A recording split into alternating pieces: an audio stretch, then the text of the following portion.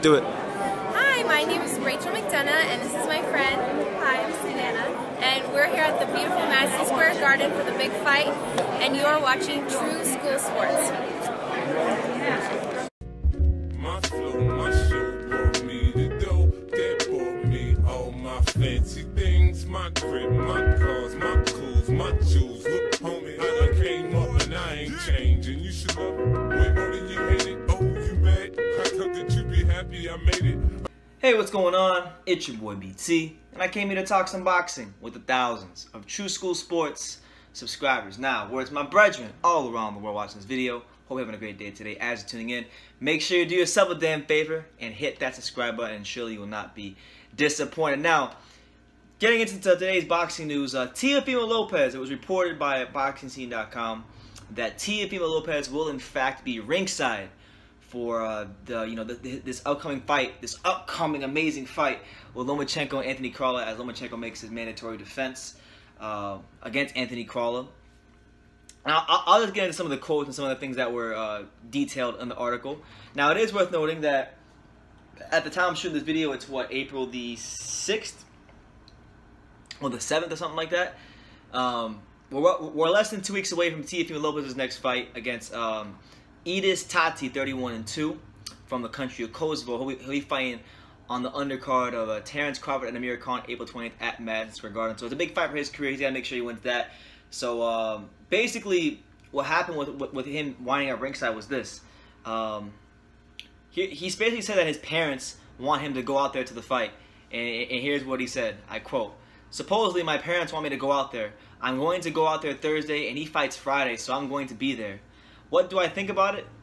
It is just it's a fight just to keep Loma tuned up, I guess. It is mandatory. So let's see what he does, man. But these guys are too scared when they get in the ring with Lomachenko." End quote. So Teofimo Lopez will be there ringside, and honestly, like I said in my last video on the subject, it's probably the most exciting thing about this whole fight. The fight itself is whatever. You know, Lomachenko is going to go in there against an overmatched opponent, Anthony Crolla. He's going to do his thing. He'll get a routine victory, a routine title defense, and that's what it'll be. Straight up, that's what it's going to be. But, you know, Bob Arum was on record saying recently that a Lomachenko-Lopez fight could be in the works for 2020, early 2020, because, you know, Lopez has his fight coming up on the undercard of Khan Crawford. He knocks that out the way. Then Top Rank is going to look to have him headline his own card and a step-up fight. So a step-up fight against a world-level, you know, type of fighter. So I would expect someone along the lines of a Jose Pedraza. That for me would be an opponent that makes sense, because Pedraza was a guy that just fought Lomachenko. He's a guy that has a working relationship with Top Rank, and you know, if Lopez is to beat him in a devastating fashion, more devastating fashion than Lomachenko did, then that would lend credence to, you know, that would build some interest for the fight. So I could see a Pedraza being used if he's able to you know, have that card later this year, assuming that he gets past his next fight against Edis Tati from Kosovo. So yeah, man, you know, I'm gonna agree with the last part of his statement where he says these guys are too scared when they get in the ring with Lomachenko, because Lomachenko is a great talent. He's a great fighter. We know that. You know, there's no getting around that.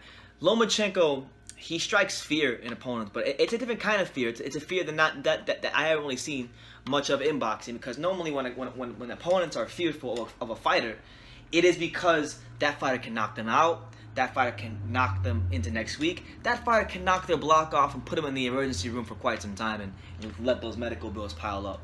But that's not the kind of fear that Lomachenko strikes into fighters. The kind of fear Lomachenko strikes into fighters is much, much different. In some ways, it's almost worse than the traditional type of fear we see from opponents in boxing. I would say Lomachenko strips you of your dignity. He strips you of even wanting to put on a pair of boxing gloves in the first place.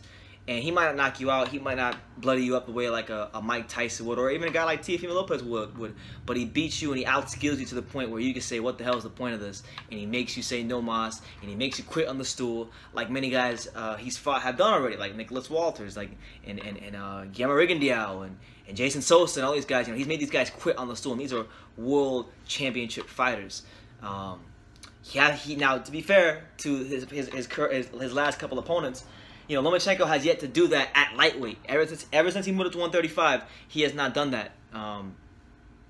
So I would say for me, while he's still a very effective fighter and one of boxing's top 5 pound-for-pound fighters, you know, even at 135, at 135 he is not. He's so far in his 135-pound campaign, you know, in his fights against the likes of Linares and his fights against the likes of Pedraza, he has not proven to be that level of sensational, but still a sensational fighter and one of boxing's premier talents. So I'm looking forward to seeing what comes of this, man, because obviously these two don't like each other. I would say Lomachenko, I wouldn't say I know, because I made a video about it, my last video. Lomachenko doesn't like Teofimo Lopez. And that was very evident at the Jorge Linares Lomachenko weigh-in, when Lopez was talking about how he's going to take over the show and steal the show from those guys. So, you know, we know that Lomachenko doesn't like Lopez. We know Lopez doesn't think Lomachenko is anything special. And these two guys, I would say, these two guys need each other a lot. And in some ways, whether you Lomachenko fans like it or not, I would say Lomachenko needs Lopez, and maybe a little more than Lopez needs Lomachenko.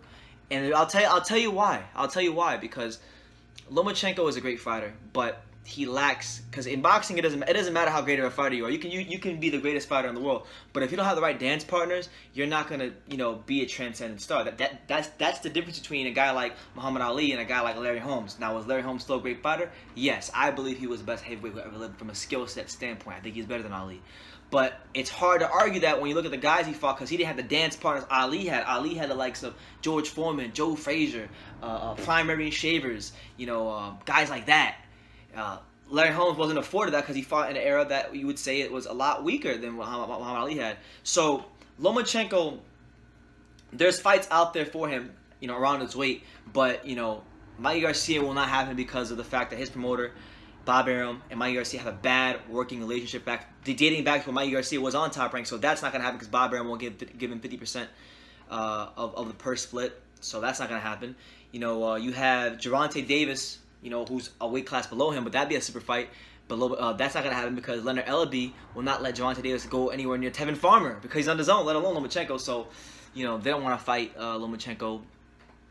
You know, who else is there? So Lomachenko is in need of career-defining legacy fights, and that one of those fights could be against a young, brash, you know, boxer, puncher with incredible skills, loads of confidence, like a Teofimo Lopez. And that fight has to happen soon. That fight, the expiration date for that fight is coming up very, very soon, in a very, very short amount of time, and they need to get it done.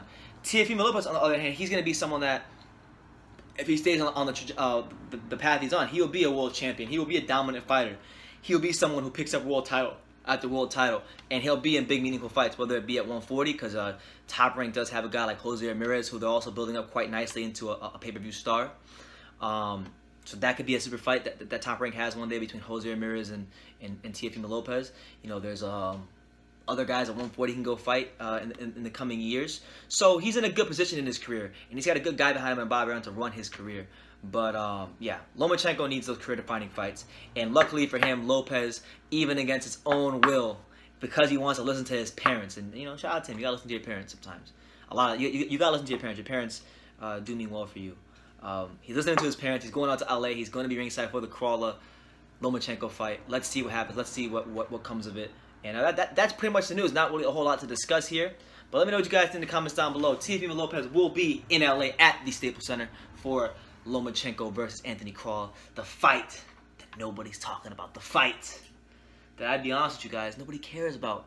But we will watch it. I will be live on True School Sports for it. So you can expect me to be live here on Saturday night, next Saturday, for that fight. And that's just what it is. So let me know what you guys think in the comments down below. Take the time to subscribe. Make sure you click that big red subscribe button because, you know, True School Sports, we grinding out here, man. We doing our thing. We're doing our part, covering the sport of boxing, giving you guys that great content. And, you know, we're coming up really, I mean, we're not too far away from 20,000 subscribers. So, you know, we're not too far from that. And I'm pretty excited about that. And we'll have something special when that day comes. But, yeah, leave your comments down below. Take the time to subscribe. And like I say in every single one of these videos, you can love me or you can hate me. But I'm just giving Daniel. So until next time, take care, guys. This is Chick Shane Mosley, and you're watching True School Sports.